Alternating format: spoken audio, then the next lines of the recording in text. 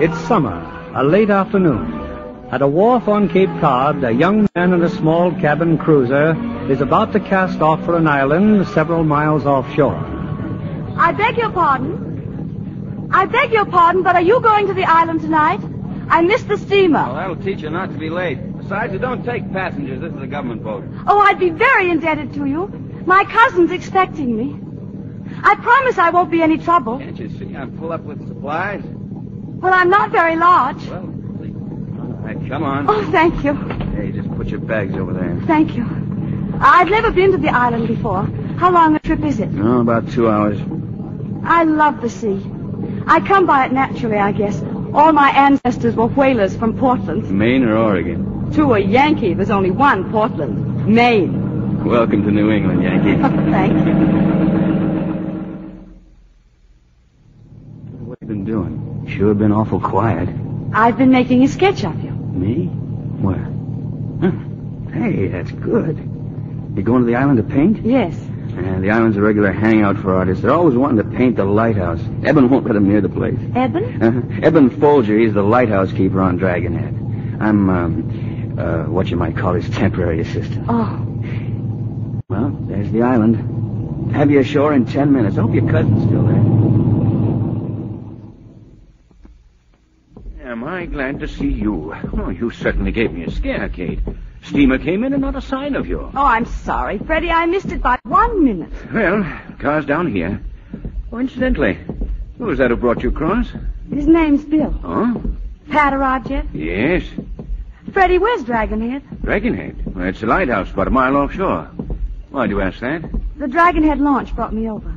Do you know the keeper? His name's Folger. No, dear, I'm sure I don't. Now, tell me what you'd like to do tomorrow, Kate. You can paint. Does he come to the mainland every day? He? Who are you talking about? The lighthouse keeper. Well, of course he does. Oh, I don't know. How do I know what he does? Now, come on, Katie, come on. Hello? Hello, Mr. Folger? Doggone it, ain't you got no ears? No visitors, I said. This here's government property. No visitors. If you'd let me explain, Mr. Folger. You get back in your sailboat and get out of here. But there's something in this package that may interest you. Huh? Now, wait a minute.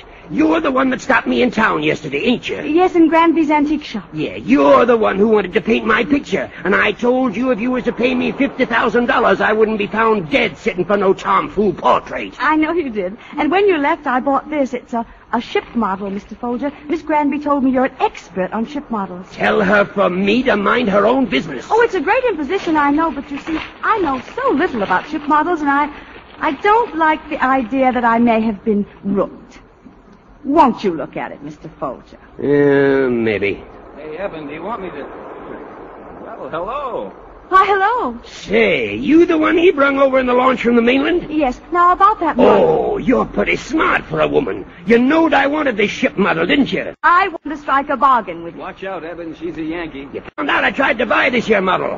That old lady Granby. $150, she said.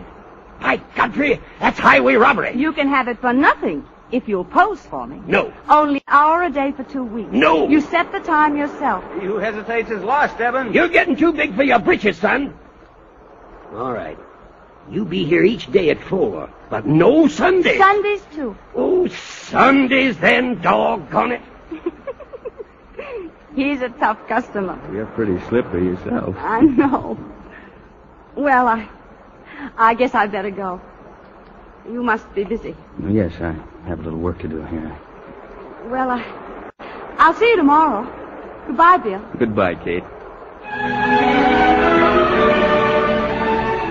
happened to Eben? He's gone into the lighthouse. And you let him? He says he can't pose if there's a fog, and he can't control the acts of God.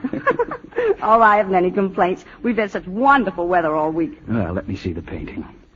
Oh, my, that looks fine, Katie. Oh, thank you. Hey, that fog's rolling in fast. You're not going to try to sail back in it, are you? Well, You better stay here for a while. Oh, I'd like that, but... Well, Mr. Folger's never been very hospitable. Oh, that's nonsense. He's got a heart as big as a house. Come on. I've never been at the top of a lighthouse before. Does the fog frighten you? A little. There's something so terribly lonely about it. I don't mind being alone, but I don't like to feel lonely. There's a difference, isn't there? You know, I don't mind being alone either. Fact is, I deliberately took this job to get away from people. I can understand that. But you wouldn't be afraid of that fog if you went right out into it. Come on, let's go down. I'll show you what I mean. I'll take you to a favorite cove of mine. It's like the end of the world. It could end like this. I don't think I'd be frightened, even if it were. Or lonely either.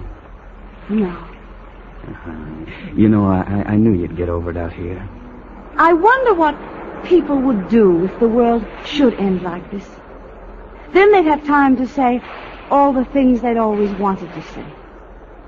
Then they'd have the courage to say For instance? honest things. Such as? Such as telling you that I didn't particularly want to paint Eben's portrait. Then why have you gone to this trouble? Because I wanted to see you again. Lonely people want friends, but they have to search very hard for them. It's difficult for them to find... Other lonely people. Yes. The fog's lifting.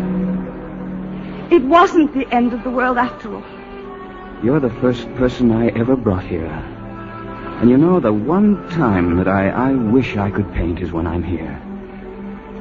Katie, do you suppose that you could catch all this? Oh, no. No, I'm not nearly a good enough painter. Oh, Bill, you were made for all this. Was I? I went to a class reunion this spring.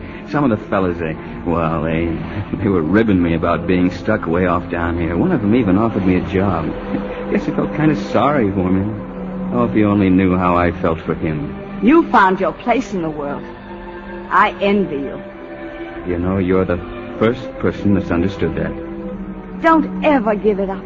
I don't ever want to. I'm through at Dragonhead for a while, Katie. You're going away? Yes, I have to go up to Boston tomorrow to see the superintendent. Oh. Well, it's been lots of fun these past few days. I know I've had a wonderful time. I'll miss you, Bill. Oh, Katie. Oh, Bill. Come on, I'll take you over to the island in the speedboat. Thanks for bringing me across, Bill. I can go the rest of the way myself. No, but I'd like to walk you home. Oh, no, it's late and I have a lot of things to do. What's the matter? What's the matter? You ashamed of me? Oh, no. Huh? No, it isn't that at all. You wouldn't be holding out on me now. You haven't got a husband or anything like that, huh? Oh, of course Huh? not. What an idea. Well, good night, Bill. I'll sail your boat back in the morning. Thanks. We could have lunch, maybe, huh? If you'd like. I'll pick you up at the wharf at 12 o'clock. And, Katie, when I go away, it won't be for long. I'm glad, Bill. Good night. Good night, Katie. Hello, sis. Pat. I thought I'd wait up for you, Katie. We haven't had a talk for a long time. I've been busy, Pat. Tell me the truth, Katie. That lighthouse keeper isn't old, is he? Yes, he is. He has a beard down to his ankles. Having fun these days, Pat? Bored stiff, frankly. Why don't you go to Hyannis? Your gang's all there. Not trying to get rid of me, are you, Katie? Don't be silly. You know, darling, you're not a very good liar. Now, who is he? Who's what? Pat, you have a one-track mind. All right, don't tell me. What'd you do tonight? I know something's happened to you. You were singing like mad in the shower this morning. And for an elderly lighthouse keeper with a beard down to his ankles, you spend an awfully long time in front of the mirror. I saw the hunky-dory offshore. Does that mean Tom Fraser's in town? Oh, Tom's getting to be a bit of a nuisance. He's a good catch, Pat. Want him? Oh, no. I know my limitations, Pat. I'm dead. I'm going to bed. He must be wonderful. Bet you $10 I get it out of you. $10 you don't. Such a divine night. No kind of night to be stuck in a house all by yourself.